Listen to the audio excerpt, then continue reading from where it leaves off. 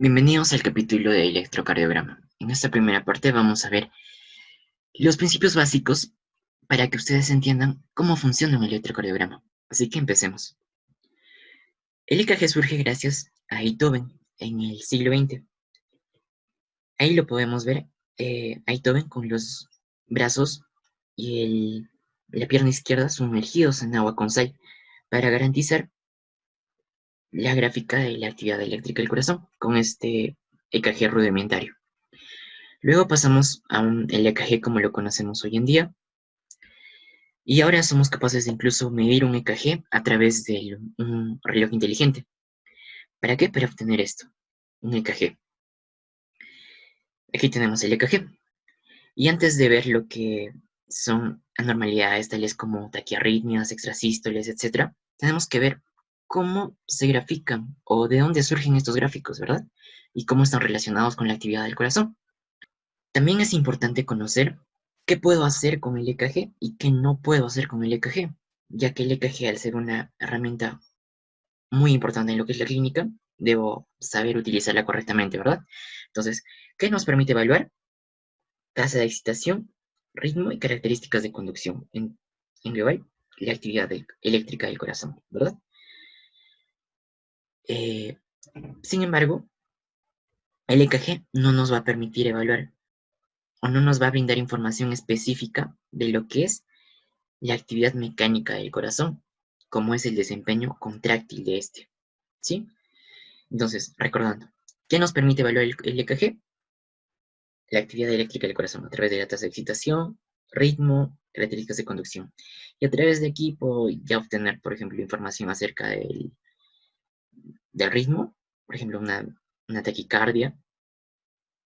Por ejemplo, puedo obtener información acerca de lo que sería una isquemia, desequilibrios electrolíticos, la orientación anatómica de lo que es el corazón, tal vez el tamaño de las aurículas, el camino seguido por los potenciales de acción. ¿Pero qué no voy a poder obtener de esto, del EKG? ¿Información específica de qué? De la actividad mecánica, es decir, de la actividad contráctil del corazón. ¿Sí? Ahora, ¿cómo surge el EKG? Gracias a quién? A los miocitos. ¿Sí? Pero los miocitos deben hacer algo para que permitan al EKG graficar su función. Y es que los miocitos tienen que generar un cambio de potencial, una diferencia de potencial. Y a través de esta diferencia de potencial van a crear un dipolo. Un dipolo, ¿sí? ¿Por qué dipolo? Porque va a tener dos cargas, ¿verdad? Negativa, positiva.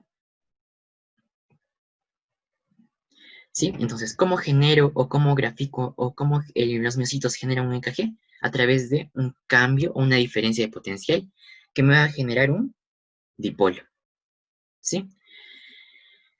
¿Y cómo se generan estos cambios de potencial? Ya lo vieron en capítulos anteriores, a través de pasar de un estado de reposo a un estado de despolarización. ¿A través de qué? De la entrada de cargas positivas, ¿sí? Este cambio en los iones que están normalmente dentro del miocito me va a permitir generar lo que es una diferencia potencial, generar un dipolo y que el EKG me grafique esta función o esta actividad eléctrica. Entonces, aquí tenemos un gráfico muy didáctico que lo vamos a evaluar paso por paso, ¿sí? Entonces, empecemos por aquí. Imaginen que aquí tenemos dos electrodos, ¿sí? Estos dos electrodos inicialmente me van a estar midiendo dos polos positivos. ¿Por qué? Porque estamos en un estado de reposo, ¿sí? Estamos en un estado de reposo, entonces en el exterior de la célula, ¿cómo están las cargas? Positivas. Y al estar las cargas positivas, los electrodos que me están midiendo también me miden dos polos positivos, ¿sí?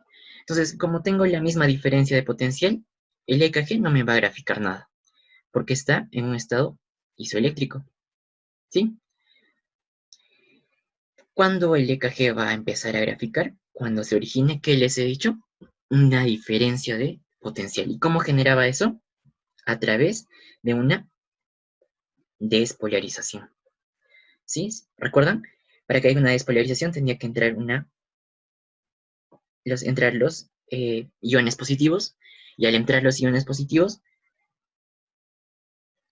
estos hacían que el interior de la célula cambie de negativo a positivo, ¿verdad? Y como cambiaban a positivo, volvían el exterior de la célula negativo, ¿sí? Entonces, aquí, recuerden, en el primer paso, en un estado de reposo, los dos electrodos tenían el mismo potencial, entonces no se generaba nada. Pero ahora, como estoy generando que en el exterior de la célula esté negativo, en este polo va a ser negativo, y en este polo ya va a ser positivo. Pero, en este punto, la diferencia de potenciales no es tanta, ¿verdad? Entonces, poco a poco, el gráfico se va a ir incrementando. ¿A medida de qué? A medida que llegue a un punto medio, en el cual la diferencia de potenciales sea máxima, ¿sí? La diferencia de potenciales va a ser máxima y entonces voy a llegar a un pico en el gráfico del EKG. Luego, a medida que la despolarización o la ola de despolarización va avanzando, eh, el gráfico del EKG que va a recoger de estos dos electrodos, recuerden que X negativo y X positivo, va a ser menor. La diferencia va a ser mucho menor en lo cual es el potencial, y entonces de lo que hemos llegado a un pico, el gráfico va a ir decreciendo, ¿sí? Hasta llegar a un punto en el cual el miocito haya alcanzado un estado de despolarización completo. Cuando se ha despolarizado por completo, ¿cómo está la membrana del miocito? Negativo, ¿verdad? Y por lo tanto en los dos electrodos también se miden negativos. Ni sin importar el signo en aquí y en el primer paso, al estar o al no existir una diferencia de potenciales, el EKG va a empezar a graficar una línea isoeléctrica, porque no va a ir ni arriba ni abajo, porque no existe una diferencia de potenciales. Entonces, de aquí quiero mencionarles algo, o sacar, o dejarles que el EKG me va a graficar o va a generar un gráfico solo cuando exista un estado de despolarización o de polarización de la célula, pero si esta va a ser parcial, ¿sí? Si alcanza un estado completo, como aquí, por ejemplo, un estado completo de despolarización o en el estado de reposo, ¿no? No va a existir una diferencia potencial y por lo tanto el EKG no me va a graficar nada, ¿sí? Entonces, ¿cuándo el EKG me va a graficar algo? Cuando hay una diferencia de potenciales. Y aquí tenemos otro ejemplo, ¿verdad? Aquí es, bueno, con lo anterior van a entender mejor esta parte, ¿sí? Entonces, inicialmente, por ejemplo, bueno, en esta parte ya no vamos a empezar como el anterior. En esta parte ya se ha iniciado la ola de despolarización, ¿sí? Ven la ola de despolarización que ya los iones positivos están dentro y los iones negativos están afuera. Entonces, ¿cómo me va a graficar o qué señal va a recibir este electrodo? Negativa, ¿no? Y aquí, positivo. Y hay una diferencia de potencial y por lo tanto ya va a ir graficando el EKG. Una deflexión aquí, por ejemplo, positiva. ¿Sí? Deflexión positiva. ¿Por qué es una deflexión positiva? Porque la onda de despolarización va de un polo negativo hacia un polo positivo. ¿Sí? Ya les expliqué esto. Llegamos a un punto o un pico de despolarización y luego va a ir decreciendo hasta llegar a un punto donde no hay diferencia de potencial y estamos alcanzando un estado de despolarización completo. Pero, ¿qué pasa? A medida que sigue esta ola de despolarización, también se va a generar una onda de repolarización, ¿sí? Y en esta onda de repolarización va a pasar lo contrario que estamos viendo aquí. Ya no va a ir la onda de despolarización de negativo a positivo, sino de positivo a negativo. Por lo tanto, la deflexión que me va a graficar en el EKG va a ser negativa. ¿Sí? Entonces, ¿cuándo el gráfico va a ser positivo? Cuando la onda de despolarización vaya de un polo negativo hacia un polo positivo. ¿Y cuándo me va a graficar una deflexión negativa? Cuando la onda de despolarización me vaya de un polo positivo a un polo negativo. ¿Sí?